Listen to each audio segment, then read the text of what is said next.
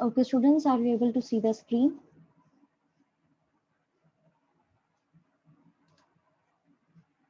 Yes, ma'am. If you have any problem regarding our yesterday's topic, you can ask me.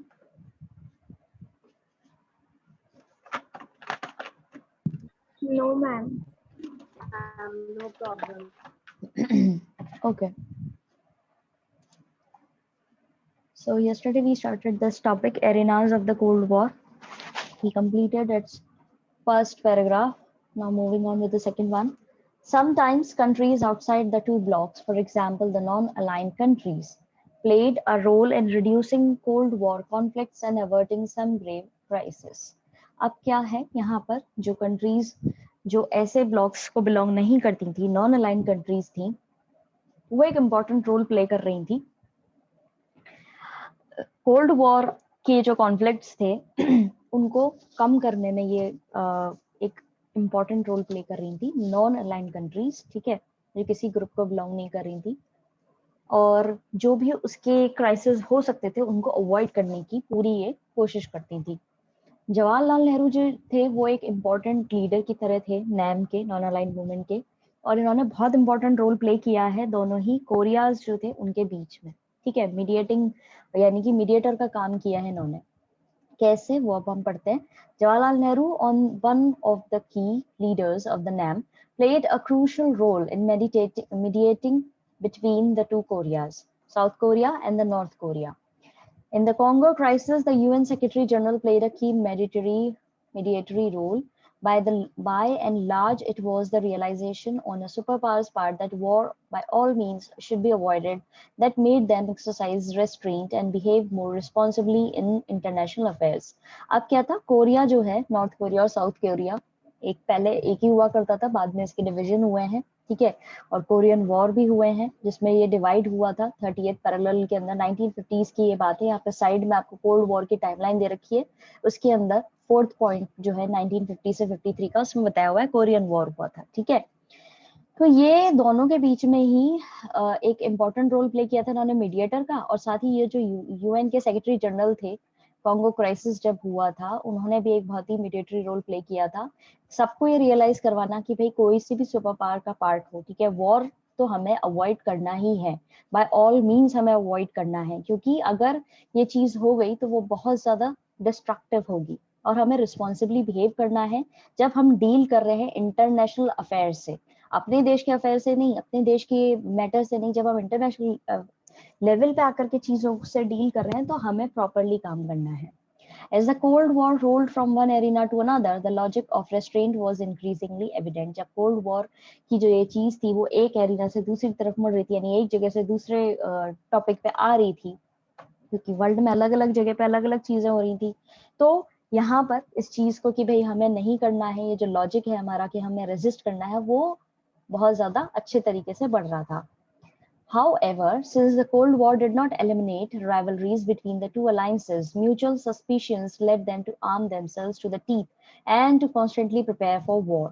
अब हालांकि cold war जो था उससे ये तो समझ में आ गया था लोगों को कि हमें वॉर नहीं करना है, हॉट वॉर में नहीं जाना है, लेकिन इनके बीच की जो दुश्मनियां थी वो कम नहीं हुई थी दोनों ही सुपर पावर्स और उनके अलायंसेस के बीच में।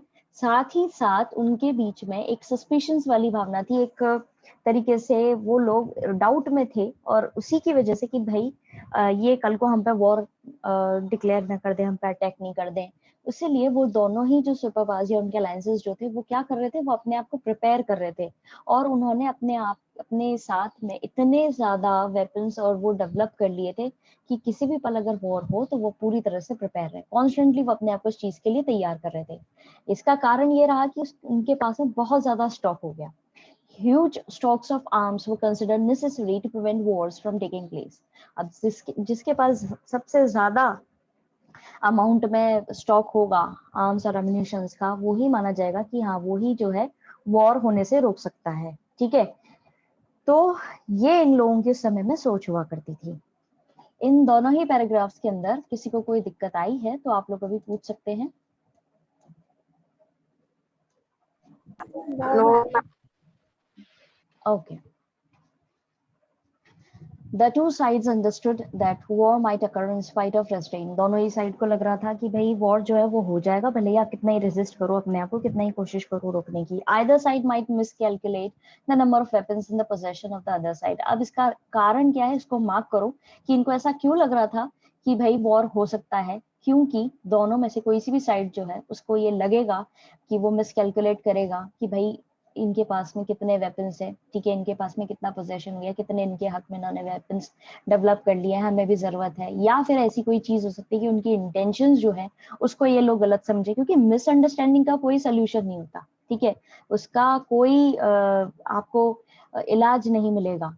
अगर मिसअंडरस्टैंडिंग कहीं हो गई है तो वो बहुत जल्दी स्पार्क कर सकती है किसी भी वॉर को. तो वही चीज यहाँ पे आपको देखने को मिलेगी कि भाई कैसे न्यूक्लियर, अगर मान लो ठीक है इंटेंशंस भी एक बार को समझ में आ गई, लेकिन अगर गलती से भी कोई न्यूक्लियर एक्सीडेंट हो जाएगा तो सामने वाले को तो यही लगेगा ना कि इन्होंने हमारे ऊपर अटैक किया, हम कैसे मान लें कि ये वाकई में एक्सीडेंट है. अब जैसे इसकी प्रेजेंट कंडीशन लो, हालांकि ये पूरी तरह से ऑफ द ट्रैक है कि अब वैसे तो हाँ हमारे वर्ल्ड में ये कोरोना फैल रहा है, लेकिन अपने आप को सेफगार्ड करने के लिए चाइना तो यही बोल रहा है ना कि भाई हाँ हमने यहाँ पे तो लीक हुआ था और ऐसा कुछ भी नहीं है, ये कोई बायो वॉर नहीं है और हमने कुछ डिक्लेयर नहीं किया था, लेकिन सबको पता है कि वो झूठ बोल रहा है, ठीक है. तो यहाँ पे वही चीज का बोला गया है कि उनकी इंटेंशंस की मिसअंडरस्टैंडिंग हो सकती थी, उनके न्यूक्लियर एक्सीडेंट हो सकता था, उस पर अगर ऐसी कोई चीज होती तो उससे सीधे स्पार्क ऑफ होता, न्यूक्लियर वेपन वाला ही वॉर होता.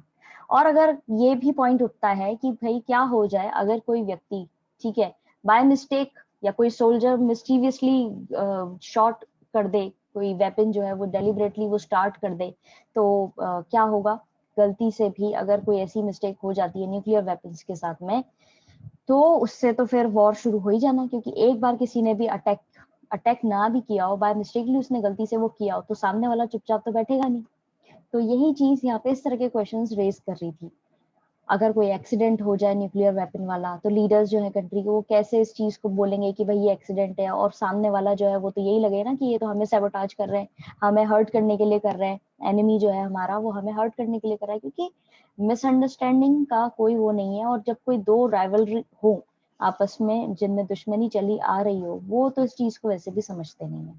तो यही सारे क्वेश्चंस और सारे पॉइंट्स जो है इस पैराग्राफ के अंदर अभी हम पढ़ेंगे.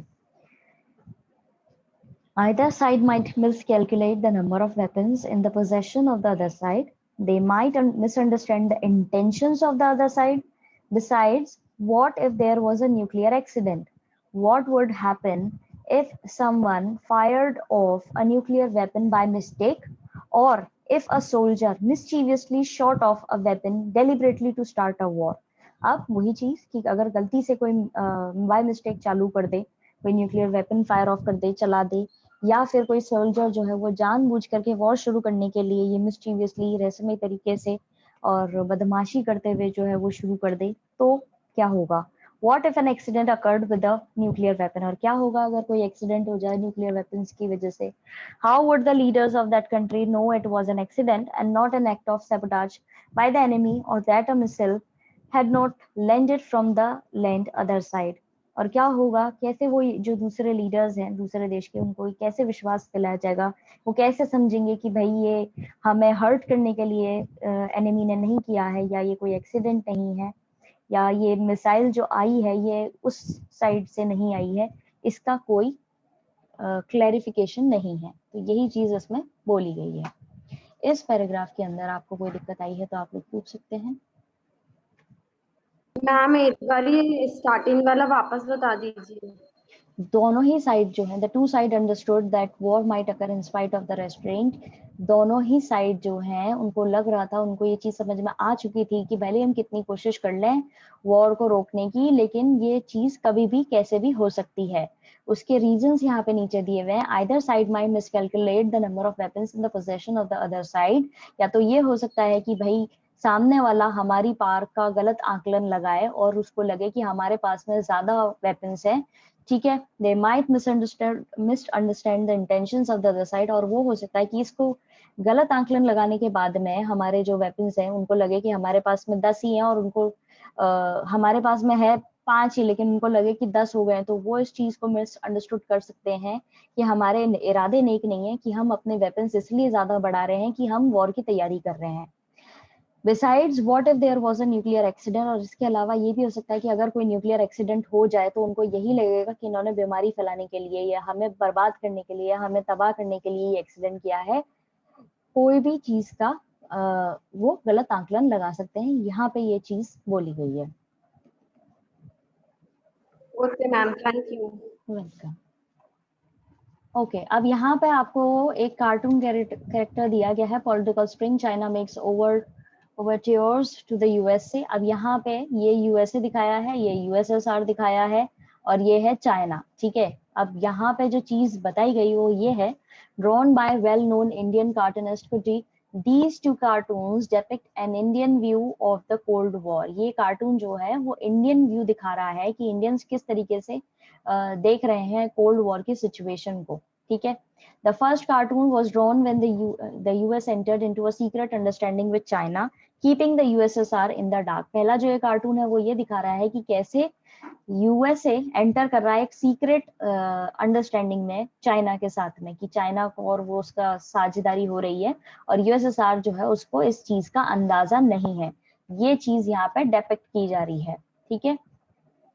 Find out more about the characters in the cartoon। The second cartoon depicts the American misadventure in Vietnam। और जो ये सेकंड चीज है ये यहाँ पे जो अमेरिकन का मिसएडवेंचर है वियतनाम के अंदर जो हुआ था उसको दर्शाते हुए है कि कैसे president Johnson is in more troubles over Vietnam, की कैसे इनको लग रहा था कि हम वियतनाम को इजीली कैप्चर कर लेंगे, और वो एट द एंड क्या इसी पे हमला कर देता है, जो इन्हीं की चीज को लेकर के इनको ही परेशानी हो जाती है। तो वो इस चीज को सार्कास्टिक तरीके से डिपिक्ट किया गया है।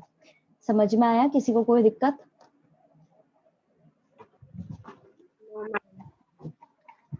Okay. No, ma'am. Okay. In time, therefore, the US and the USSR decided to collaborate in limiting or eliminating certain kinds of nuclear and non-nuclear weapons। अब इसी समय में क्या होता है, यूएसए और यूएसएसआर डिसाइड करते हैं, कोलैबोरेट करते हैं कि हम हमारे जो न्यूक्लियर वेपन्स है या नॉन न्यूक्लियर वेपन्स है उनको थोड़ा एलिमिनेट करेंगे, लिमिटेड करेंगे, कि ऐसा नहीं है कि हम उसको बढ़ाते जाएंगे। वो चीज जो है उस पर ये लगाया गया है।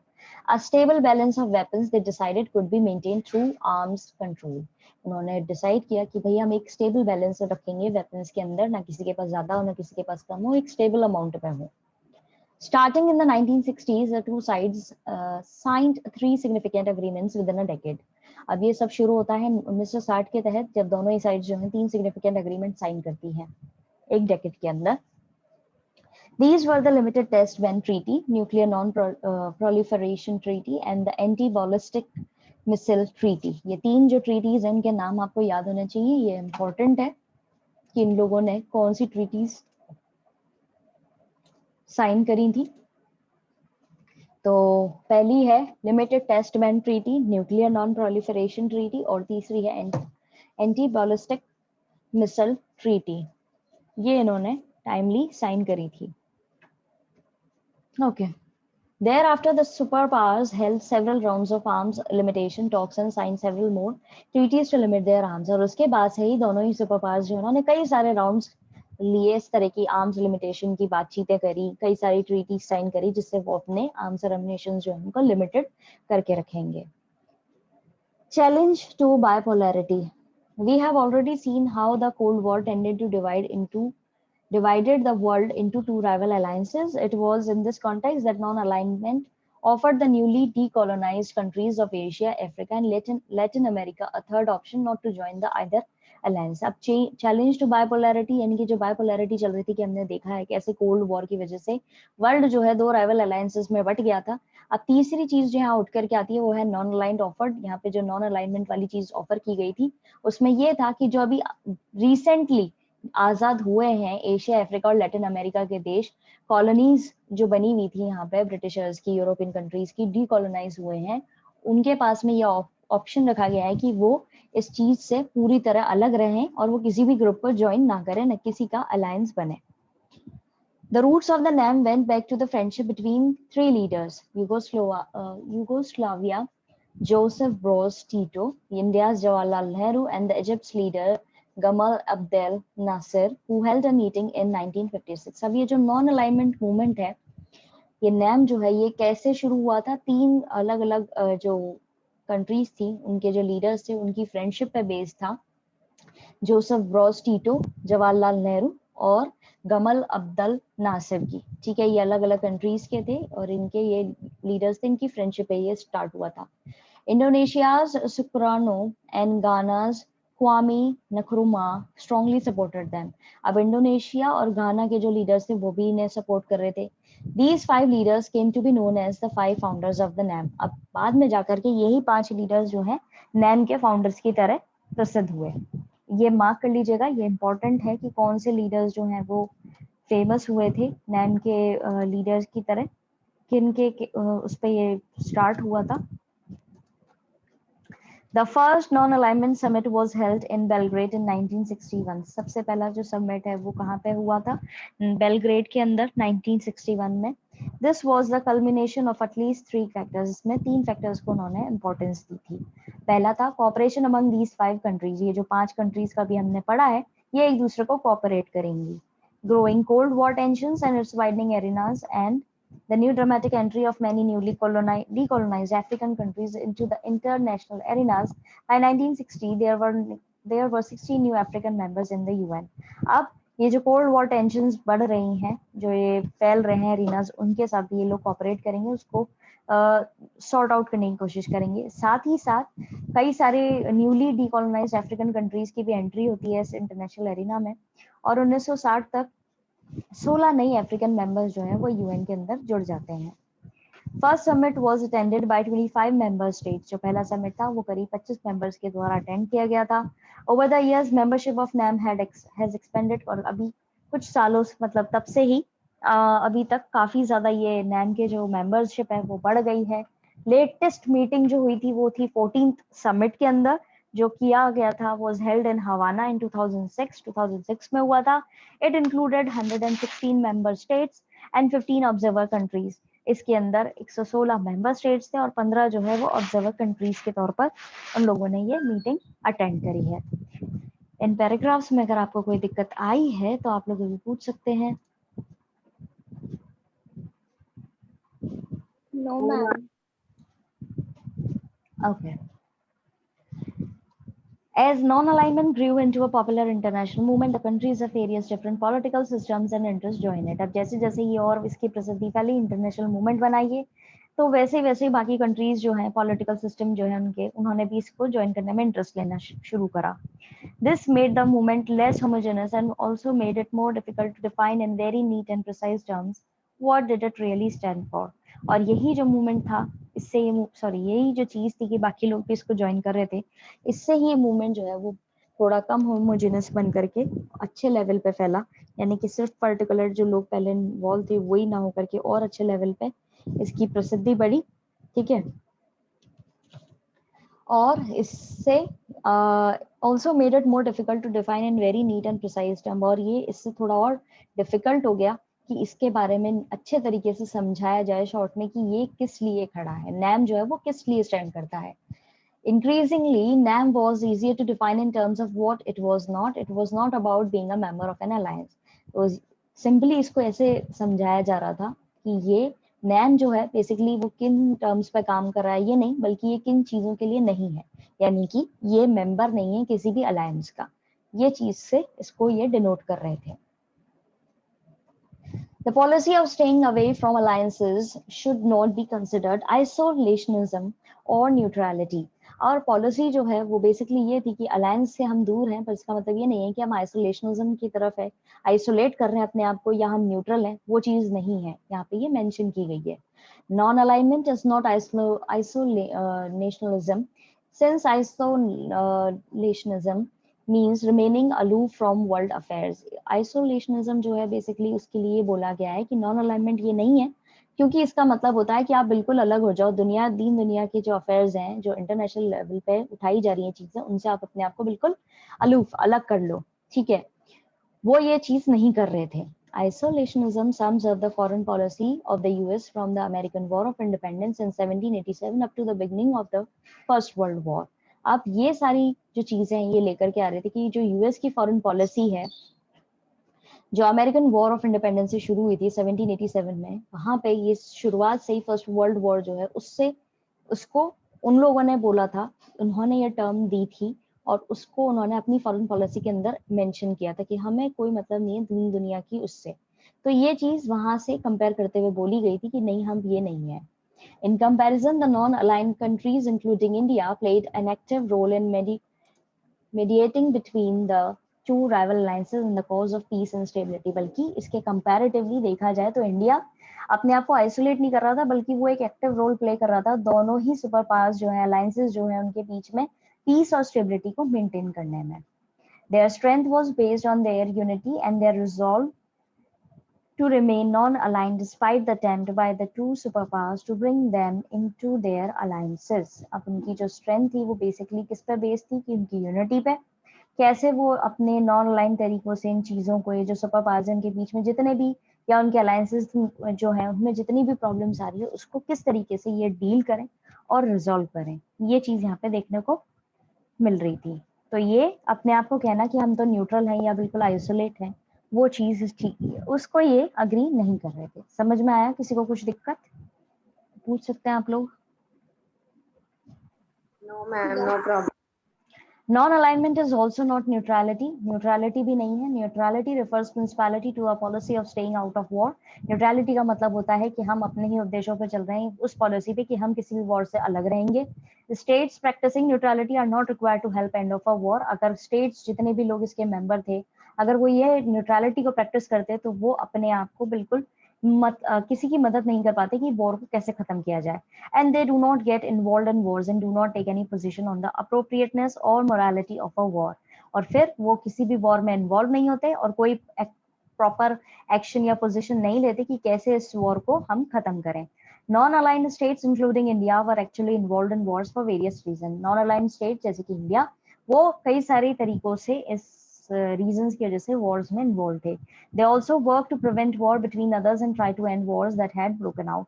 और वो कोशिश कर रहे थे, ये वेरियस रीजंस जो है वो ये थे कि भाई वो जो वॉर रोकने की कोशिश कर रहे थे और अगर कहीं लड़ाई हो गई है तो उसको भी एंड करने की वो लोग पूरी कोशिश कर रहे थे, स्पेशली इंडिया। तो ये था हमारा नॉन अलाइनमेंट मूवमेंट, जिसको कैसे कैसे उसका स्टार्टिंग हुई, कैसे वो एंड हुआ, एंड नहीं एज इन की वो कैसे अभी तक बढ़ रहा है, कितने मेंबर्स उसके जो है वो इन्वॉल्व हैं और क्या इसके रीजंस थे और इंडिया ने क्या रोल प्ले किया है, वो सारी चीजें इसमें पढ़ने को मिली हैं। So that's it for today. आज हम इतना ही करेंगे। Please Kanjar up your problems for tomorrow session. Will discuss all of your problems in the tomorrow's class, and now I'm going to send you link for your next class.